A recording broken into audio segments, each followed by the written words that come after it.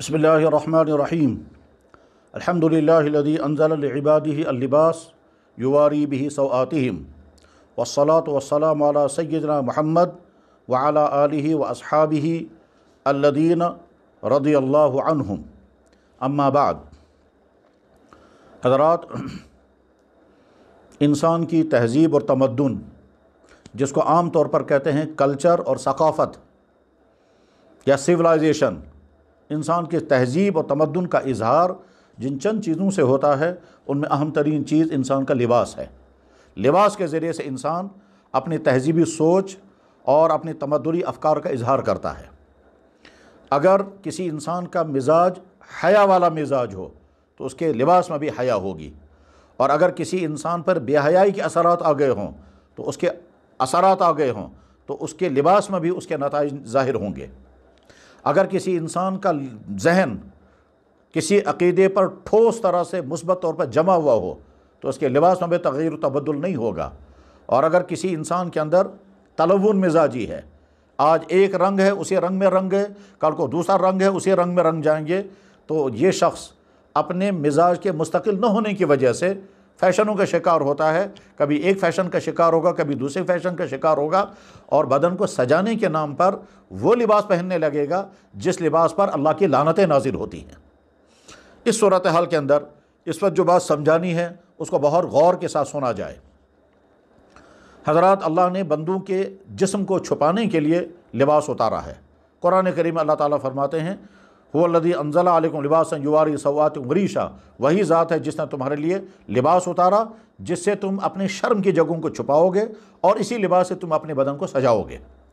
لباس سے بدن کو سجایا بھی جاتا ہے اور لباس سے بدن کو چھپایا بھی جاتا ہے۔ یہ چھپانا اور سجانا یہ دونوں لباس کے اہم ترین مقصد ہیں۔ اب اگر سجانے کا عمل اتنا زیادہ پھیلایا جائے کہ چھپانے کا مقصد ہی فوت ہو جائے تو اس کا مطلب لباس کا پہلا مقصد فوت ہو گیا۔ اس وقت جو ہمارے معاشرے میں بے شمار لوگ نکر پہن رہے ہیں، یا اسی طرح سے بے شمار والدین اپنی چھوٹے چھوٹے بچوں کو، حتیٰ کہ اپنی چھوٹی چھوٹی بیٹیوں کو سکن ٹائٹ کے زین پینٹیں پہنا رہے ہیں، یہ سراسر وہ لباس ہے جس پر اللہ کی لعنتیں نازل ہوتی ہیں۔ اچھی طرح سے یاد رکھیں، اسلام نے لباس کا پہلا مقصد قرار دیا ہے بدن کو چھپانا، اور چھپانے کے لیے کچھ بدن کے حصے وہ ہیں جن کو ہر حال میں چھپانا لازم ہے، جیسے بدن کے وہ اعضاء جو اللہ نے جنسی اعضاء قرار دیے ہیں، جنسی اعضاء جن کو کہا جاتا ہے، جیسے ان کو چھپانا ضروری ہے، اسی طرح سے جنسی اعضاء کے آس پاس کے حصے کو چھپانا بھی ضروری ہے۔ چنانچہ اگر کوئی انسان یہ سوال کرے گا کہ انسان کے مرد کے بدن کے کس حصے کو چھپانا بہرحال لازم ہے، تو جواب آئے گا ناف سے لے کر کے گھٹنے تک کے حصے کو چھپانا لازم ہے۔ احادیث میں بھی ہے کہ انسان کے ران جو ہے وہ پردے میں داخل ہے۔ الفخذ عورۃ، بخاری شریف کی حدیث ہے، موجود ہے۔ تو اب ایسی شرٹیں جن کی وجہ سے ناف کے نیچے کا حصہ کھل جائے، کیونکہ وہ شرٹیں اتنی چھوٹی اتنی تنگ ہیں، یا اسی طرح سے نکر پہن لیے جائیں اور جس کی بنا پر گھٹنے سے اوپر کا حصہ کھل جائے، تو یاد رکھنا چاہیے یہ وہ لباس ہے جس لباس کے نتیجے میں اللہ کی لعنت نازل ہوتی ہے، اور ایسے شخص کے چہرے پر بھی اس کے اثرات آ جاتے ہیں۔ چنانچہ ہمارے بہت سارے حضرات ایسے لڑکوں کے چہروں کو دیکھ کر محسوس کر لیتے ہیں کہ اس پر نحوست برس رہی ہے، لعنت کے اثرات ان کے چہروں پر آ گئے ہیں، اور بے برکتی اور نحوست اور خرابی ان کے چہرے بشرے سے ظاہر ہو جاتی ہے۔ زیادہ افسوس کی بات اس وقت ہوتی ہے کہ جب ہماری وہ مائیں، وہ بہنیں جو خود تو برقع پہنتی ہیں مگر اپنے چھوٹی چھوٹی بچیوں کو بھی وہ سکن ٹائٹیں پہنا کر کے اور وہ اپنا شوق پورا کر رہی ہیں۔ یاد رکھیں، اللہ کے نبی علیہ الصلوۃ والسلام کا ارشاد مبارک ہے، لعنت ان مردوں پر جو عورتوں جیسا لباس پہنے، اور لعنت ان عورتوں پر جو مردوں جیسا لباس پہنے۔ وہ بیٹیاں جو مردوں جیسی شرٹیں پہن رہی ہیں، وہ بیٹیاں جو مردوں کے دیکھا دیکھیا وہ بھی نکریں پہننے لگی ہیں، اور وہ مرد جو عورتوں جیسی شکلیں بناتے ہیں اور عورتوں جیسے بال بنا رہے ہیں اور ربن لگا رہے ہیں اور ہیئر بینڈ لگا رہے ہیں، یہ دونوں اس جرم کا شکار ہیں۔ بہرحال اختصار کے ساتھ میں عرض کروں گا، اپنی بچیوں، چھوٹی معصوم بچیوں کو یہ سکن ٹائٹ پہننا چھوڑ دیں، اس کی وجہ سے ڈبل لعنتیں ان ماں باپ پر آئیں گی جو خود تو ایسا لباس نہیں پہن رہے ہیں جس پر لعنت آئیں، مگر اپنا شوق وہ معصوم بچوں سے پورا کر رہے ہیں۔ ظاہر ہے معصوم بچے کا کوئی قصور نہیں، وہ تو اپنا شوق پورا کیا جا رہا ہے اور معصوم بچے کو ذریعہ بنایا جا رہا ہے۔ یاد رکھنا چاہیے دنیا میں اسلامی لباس کو مٹانے کی جو مہمیں چل رہی ہیں، اب مسلمان کو فیصلہ کرنا ہے کہ وہ مٹانے والوں کے صف میں اپنے آپ کو شامل کرتا ہے یا بچانے والوں کے صف میں شامل کرتا ہے۔ اللہ کے نبی علیہ الصلوۃ والسلام نے اپنی امت کے لیے سارے احکام بیان کر دیے ہیں۔ لباس کے متعلق جو اللہ کے نبی نے احکامات بیان فرمائے ہیں، ان تمام احکامات کا اس وقت صورتحال یہ ہے کہ مٹانے کی پوری مہم ہے۔ چنانچہ مارکیٹ کے اندر اس وقت سارے وہی لباس ہیں جس سے ایک مسلمان کی شناخت ہی ختم ہو رہی ہے۔ اب مسلمانوں کو سمجھنا ہے کہ ہم اللہ کے نبی کے لباس کے کلچر کو ختم کرنے والوں کے ساتھ دیں گے یا اللہ کے نبی کے لباس کے تہذیب کو بچانے والوں میں ہمیں اپنے آپ کو شامل کرنا ہے۔ لوگوں کو یہ خبر سوار ہوتا ہے کہ صاحب اگر ہم فیشن کے کپڑے پہنیں گے تو ہم آگے بڑھیں گے، ہم ترقی کریں گے، ہم ماڈرن کہلائیں گے، ہم سیولائزڈ کہلائیں گے۔ یہ تمام الفاظ کے دھوکے ہیں، حقیقت اس کی کچھ نہیں ہے۔ یورپ کے ان ملکوں میں، ان شہروں میں جہاں سے فیشن ساری دنیا میں پھیلتے ہیں، ان شہروں میں بھی مسلمان اپنی شباہتوں کے ساتھ، مسلمان اپنی داڑھیوں کے ساتھ، اپنی اسلامی لباسوں کے ساتھ رہتے ہیں اور فخر کے ساتھ رہتے ہیں۔ تو غرض یہ کہ جو لڑکے اس وقت نکر پہن رہے ہیں وہ سمجھ لیں کہ یہ اسلام حرام ہے۔ جو لڑکیاں لڑکوں کو دیکھ کر کے انہوں نے بھی نکر پہننا شروع کیا، اور جو ماں باپ اپنی بیٹیوں کو شرٹیں پہنا رہے ہیں، سمجھ لیں اچھی طرح سے یہ حرام ہے اور اس پر لعنت اترتی ہے، اور ان گھروں پر بھی لعنت اترے گی، ان بیٹیوں پر بھی، ماں باپ پر بھی، اور لعنت کے اثرات چاروں طرف سے نظر آ رہے ہیں کہ کیسے جناب صحتیں برباد ہو رہی ہیں، توفیق نہیں مل رہی ہے، کیریکٹر تباہ ہو رہے ہیں، ڈپریشنوں کا شکار ہیں، اور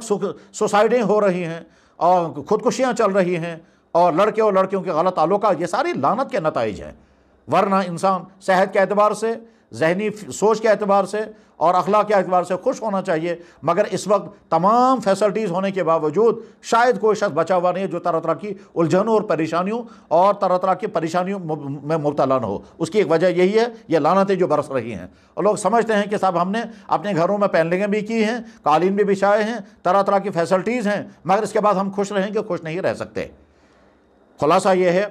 کہ جو ماں باپ اپنی چھوٹے بچیوں کو یہ سکن ٹائٹیں پہنا رہے ہیں، وہ ماں باپ بھی لعنت کے مستحق ہیں،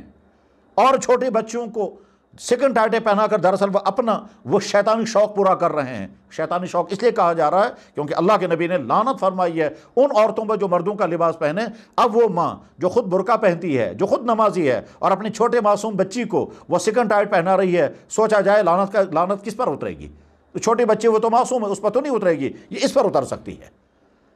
اور اس وقت صورتحال عجیب ہے کہ صاحب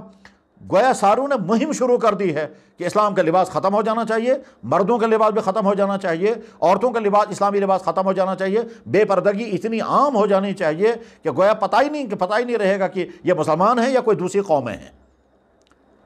بحیثیت مسلمان کی ہماری ذمہ داری ہے کہ ہم اسلام کی ایک ایک چیز کی حفاظت کریں، اور اسی میں اللہ کے نبی نے لباس کے متعلق جو تعلیمات بیان فرمائی ہیں، اور جو اللہ کے نبی کا لباس تھا، جو صحابہ کا لباس تھا، جو اولیاء کا لباس تھا، جو محدثین کا لباس تھا، اس لباس کے بچانے کے لیے کون اپنے آپ کو آگے لائے گا، اور کون آدمی فیشنوں کا شکار ہو کر کے پھر وہ کرے گا جو یہود و نصارہ اور دوسری وہ قومیں جو در حقیقت اسلام کو مٹانے کی مہم میں لگی ہوئی ہیں، اور ہمارے افراد انہی کے ہاتھوں کے شکار ہو کر کے اور انہی کے اس منصوبے کو عملا رہی ہے۔ وہ دکاندار جو صرف اپنا پیسہ کمانے کے لیے وہ لباس بیچ رہے ہیں جو لباس اسلام میں حرام ہے، ان کو بھی سوچنا چاہیے کہ وہ بزنس کس چیز کا کر رہے ہیں۔ ٹھیک ہے، آپ کو اپنا پیسے کمانے ہیں، مگر اس پیسے کمانے کے لیے آپ اسلام کے مٹانے کا کام تو نہیں کر رہے ہیں۔ جیسے دکانوں کے اوپر یہ جو سٹیجوں کھڑے کیے جا رہے ہیں بچوں کے، عورتوں کے، جوانوں کے، اور ان کے اوپر لباس لٹکایا جاتا ہے، یہ لباس بیچنے کا مسئلہ نہیں ہے، یہ دراصل اسلامی تہذیب کو مٹانے کا مسئلہ ہے۔ یعنی گویا خاموش تبلیغ کی جا رہی ہے، آپ کے جوان ایسے ہونے چاہیے، آپ کی عورتیں ایسی بے پردہ ہونی چاہیے، آپ کے بوڑھے جو ہیں وہ ایسے بننے چاہیے۔ تو یہ تو کلچرل حملہ ہے، یہ تو دراصل آپ کی اسلامی تہذیب کو مٹانے کی مہم ہے، اور ہمارے دکاندار بڑے فخر کے ساتھ اپنے چند پیسوں کے کپڑے کو بیچنے کے لیے سٹیچو لگاتے ہیں اور گویا تبلیغ کر رہے ہیں کہ آپ کے بچے ایسے بننے چاہیے۔ بہرحال اللہ کرے ہمارا ایمانی جذبہ جاگ جائے، ہماری غیرت بیدار ہو جائے، ہمارے اندر حمیت دینی پیدا ہو جائے اور ہم محمد رسول اللہ صلی اللہ علیہ وسلم کے لفظوں میں ماننے کے ساتھ ساتھ حقیقت میں ان کے ماننے والے بن جائیں۔ ورنہ لفظوں میں تو ہم بڑے بڑے دعوے کر رہے ہیں، ہم عاشق رسول بھی ہیں، ہم محبت رسول کے علم بردار بھی ہیں، ہمیں اپنے نبی کے رہبری کا بھی اعلان ہے، مگر اس کے باوجود ہماری عملی زندگی عبادات میں بھی، معاشرات میں بھی، اخلاقیات میں بھی، رہن سہن میں بھی، ہر چیز میں نبی کے اپوزٹ ہے۔ اللہ کرے یہ میسیج سب تک پہنچ جائے۔ اختصار کے ساتھ میں کنکلوڈ کرتے ہوئے عرض کروں گا، تمام نوجوان جو نکر پہن رہے ہیں آج ہی ان نکروں کو نکال کے پھینک دیں، اس لیے کہ وہ حرام ہیں۔ تمام وہ ماں باپ جو اپنی بچیوں کو سکن ٹائٹیں پہنا رہے ہیں آج وہ سکن ٹائٹیں نکال کر کے جلا دیں، اس لیے کہ وہ حرام لباس ہے ان بچوں کے لیے۔ اور تمام وہ لڑکے کے جو سراسر غیر اسلامی بال بنا رہے ہیں اور نائیوں کے ہاں جا کر کے غیر مسلموں کی شکلیں دیکھ کر پھر کہتے ہیں ہمارا یہ والا کٹ ہمارا بنایا جائے، وہ بھی اپنے آپ کو سدھار کے راستے پر لائیں۔ یہ وہ حالتیں ہیں جن حالتوں پر اللہ کی لعنتیں اترتی ہیں، اور لعنت کے بعد آگے چل کر کے اللہ کا عذاب بھی اتر سکتا ہے۔ اللہ کرے یہ باتیں تمام بھائیوں تک پہنچ جائیں اور ان کا دل دکھنے کے بجائے وہ اپنی اصلاح کرنے پر آمادہ ہو جائیں۔ وآخر دعوانا الحمدللہ رب العالمین برحمتک یا ارحم الراحمین۔